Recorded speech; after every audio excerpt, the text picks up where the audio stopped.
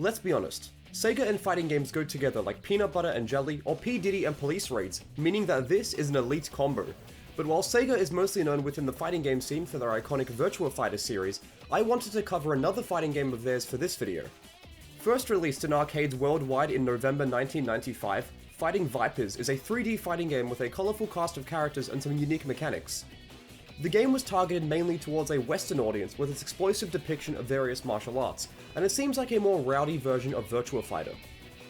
These games have some major differences, and I don't want to compare them both too often, but developer Sega AM2 used their fighting game knowledge from working on Virtua Fighter 1 and 2 for the creation of Fighting Vipers, and as both games are 3D fighting games that run on the same arcade board, comparisons will inevitably be made. But that's not all, because in 1998, a sequel titled Fighting Vipers 2 was released for the next generation of Sega's arcade boards. Featuring some new characters and new graphics, Fighting Vipers 2 released on the Dreamcast 3 years after its arcade release, and unlike the first game which targeted Westerners, this game was only released in Japan and Europe. Fighting Vipers is obviously the furthest thing from the mainstream we have nowadays, and as I'm deeply unfamiliar with these games and how they function, I wanted to create a video discussing the history, gameplay, reception, and legacy of both games to really learn about them. Alright, without further ado, let's jump straight into the history of Fighting Vipers. Fighting Vipers was developed for the Sega Model 2 arcade board, albeit a customized version of this board. While Virtua Fighter 2 runs on a stock Model 2 board, Fighting Vipers runs on a version with a faster processor. First shown to the public at the 1995 Japan Amusement Machine and Marketing Association, or JAMA show, Fighting Vipers instantly stole the attention of punters looking to play some new games. Page 20 of the December 1995 issue of the official Sega Saturn magazine tells us that at this point, the game was just over 70% complete, and that Eastern gamers are going completely bonkers over the title. What made Fighting Vipers unique from other Sega fighting games at the time are the suits of armor that the characters wear. Nothing like this had ever been done before in Virtua Fighter, and having real-time battle damage directly impact gameplay was unheard of back in those days.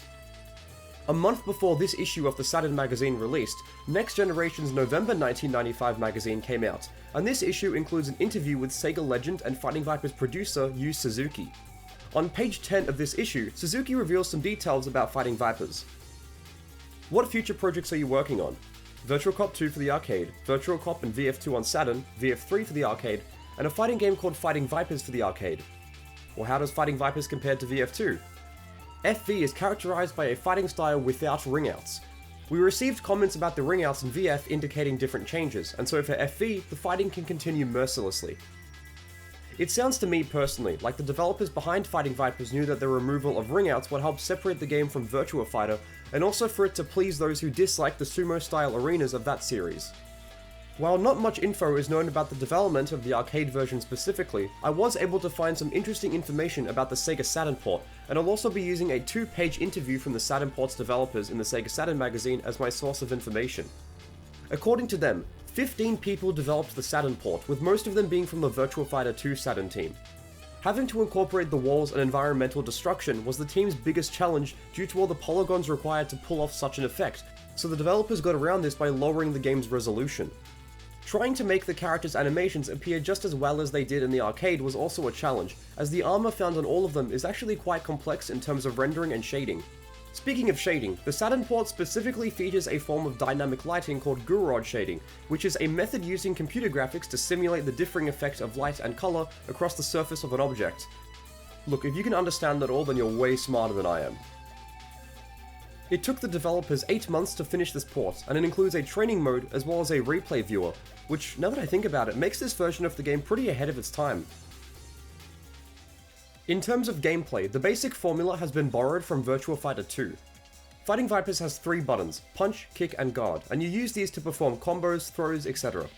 As mentioned before, the game features an armor system, and this is represented by not only what the characters are wearing on their in-game character models, but also through these humanoid-shaped meters at the top. By taking damage, your armor will degrade, and this makes you weaker over the course of the fight. There are also walls in every direction on every level, and you can bounce the enemy off them to wear down their armor. Seeing the characters fly in all sorts of directions after a powerful strike is endlessly satisfying, and this is a fantastic way to help separate Fighting Vipers from Virtua Fighter. You can also send them flying through the wall to win a round, and seeing a character in this game get launched at high speed will never not make me laugh. Characters like Raxel, for example, use weapons during the fight, and the whole game is very high damage. It really doesn't take much effort to shred through an opponent's health bar if you position yourself correctly. While the game doesn't feel super smooth anymore due to how fighting games as a whole have evolved over time, it's still a fun game if you can get around some of the jank. Admittedly, attacks aren't very responsive sometimes, and I found myself getting frustrated when I was knocked over by the bullshit input reading AI, but overall, it's not a bad game, it actually controls kinda well even today. The amount of combos and throws, as well as the armor system, gives the game its depth, and the characters are all varied in terms of fighting styles and appearances. Speaking of characters, let's dive into who they are. Protagonist Barn is a high school student with a long coat and a hat, Candy is a fashion student who designs outfits, and in the lore she made her own outfit. Grace is an inline skating fashion model, Raxel is the lead singer and guitarist of a hair metal band called Death Crunch, this game is awesome. Tokyo is a former gang leader who rebels against his household owned by a strict kabuki actor, Sandman is a really mysterious guy who's obsessed with the number 3, Jane is a construction worker who wants to join the Navy but didn't make it past training, Piki is a young skateboarder who uses his board as a weapon, Marla is a secret character who wears poisonous armor that makes him look a little bit like a snake, and BM is the final boss of the game, who is just a powered up version of Marla.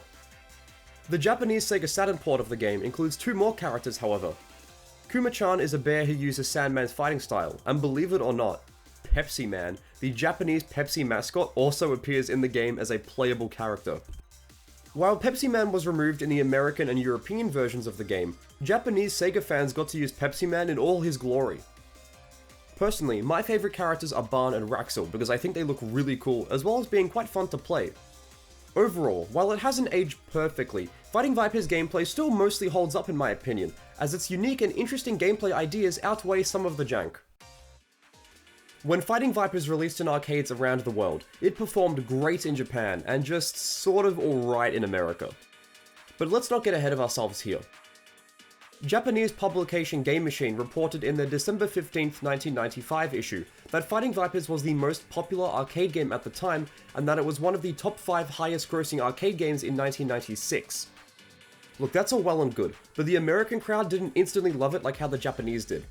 I'm not sure how accurate this next source is due to the author seeming to be quite biased, but in issue 91 of Next Generation magazine on page 153, the writer of the magazine replies to a fan who wrote in asking why they're so harsh on Sega, and the author replied back with an essay explaining that, "We think it's pretty amusing that the arcade game was not very popular with critics and gamers alike. All of a sudden, everyone, except EGM, is raving about the home version. Sure, it's a great translation, but it's a translation of a game that not a whole lot of people really liked." As a side note, I was reading through more of this issue to see if I could find more information about the game. I didn't, but I did manage to find a list of great fighting game home ports called Domestic Violence. Reviewers commended the game's animation, complex polygonal graphics, the armor system, and attention to detail within its environments, and GamePro even called the game sexy in its review. I don't know about you, but you can call me Drake the way Candy gets me going. Yeah, the game was reviewed fairly well outside of Japan, and it seemed to amass a small but dedicated fanbase who genuinely enjoyed the game for what it was. In 2012, the game was released for the Xbox 360 and PS3 in HD as a small downloadable title, meaning that I can take it to locals and force people to play with me in a tournament I won. Sega could have ended things here, and focused solely on Virtua Fighter for their fighting game output, and while they did do that in America, overseas, they wanted to try things out one more time. When it comes to finding information about the development of Fighting Vipers 2, it's a lot harder than the original game, but I've done my best. I guarantee you weren't expecting me to say this, but let's begin with Alcatraz Island of all places. This island used to be a maximum security prison around 2 kilometers off the coast of San Francisco, and after finishing development of Fighters Megamix for the Sega Saturn, members of AM2 traveled here to take photos for inspiration for their next game.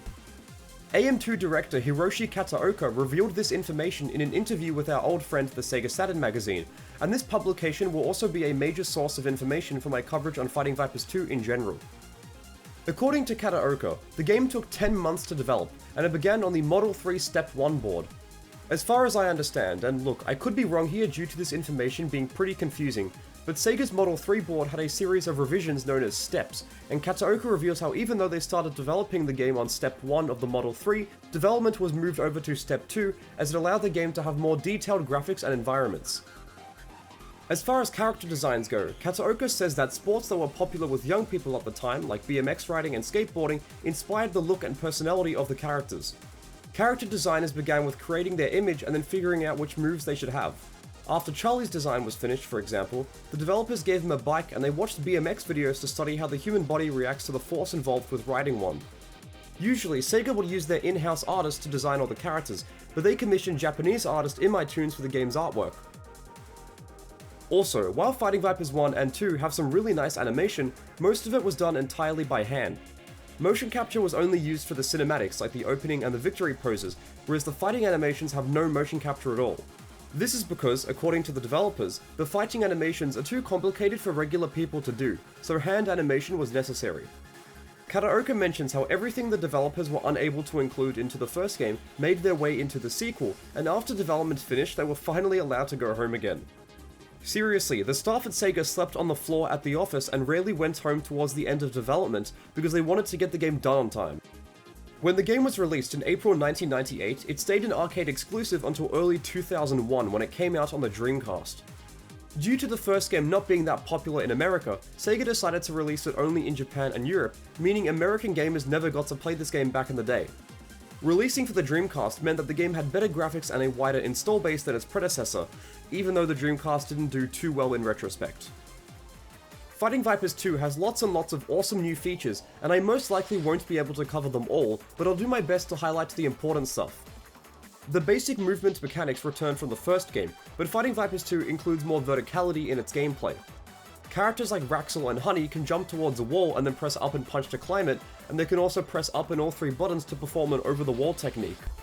The button layout is exactly the same as the first game, and techniques like throws make a return.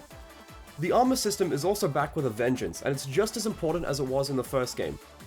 A really cool feature they've added into the game are called tech guards, and they're performed by inputting all three buttons.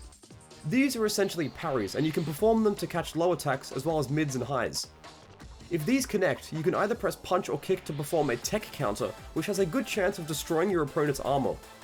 This system reminds me of Dead or Alive's hold system, as if you know where and when the enemy will strike, you can turn their attack against them. You can also input up or down after a tech guard to sidestep into the background and foreground respectively. Pressing all three buttons after being knocked down will perform a tech roll, and you can tech roll sideways or backwards.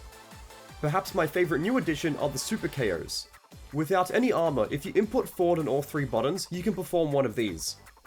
Super KOs have 31 frames of startup, and you only have one chance to use them. They don't do a lot of damage, but if you somehow manage to win with them, you are given 2 round points as opposed to 1. There are also a decent amount of characters in the game, with newcomers Emmy, Charlie, Del Sol, and Kun boosting the roster to a total of 14 characters. They're all pretty cool, but Del Sol is my favourite out of the 4 because I'm a sucker for pro wrestling characters. Since I'm a Barn fanboy and I used him in my small tournament I ran for the first game, sticking with him again in Fighting Vipers 2 is a no-brainer, and is even more fun to use now due to the game's new mechanics. As for the game's reception, the Sega Retro website has a table that categorizes all the review scores from gaming publications who reviewed the game back in the day, and this lets us see how people around the world responded to Fighting Vipers 2. This table isn't flawless, as some countries like Russia only had 1 review for the game, whereas Japan has 3, so the data isn't perfect. Fighting Vipers 2 was best received in Japan with an average review score of an 8.3 out of 10, and the lowest average review score was a 4.5 out of 10 from Hungary of all places. Overall, reception for Fighting Vipers 2 around the world was mixed to positive, and the trend of the Japanese enjoying Fighting Vipers more than other parts of the world continued with the game. The highest review score I could find for the game in general was an 8.7 out of 10, and this score came from Dreamcast-focused magazines Dorimaga and Dreamcast Magazine, both Japanese publications. After Fighting Vipers 2 was released on the Dreamcast, it stayed there for a very long time, but with the release of Like a Dragon Gaiden, the man who erased his name, Fighting Vipers 2 can now be played on modern systems in HD. Thank God for Yakuza having these old games included. After the main game was released, however, the series just kind of ended. There never was a Fighting Vipers 3 or a remake or anything like that, and the closest thing we have to brand new content is Barn's appearance in Project Cross Zone for the 3DS, but even that game came out a while ago.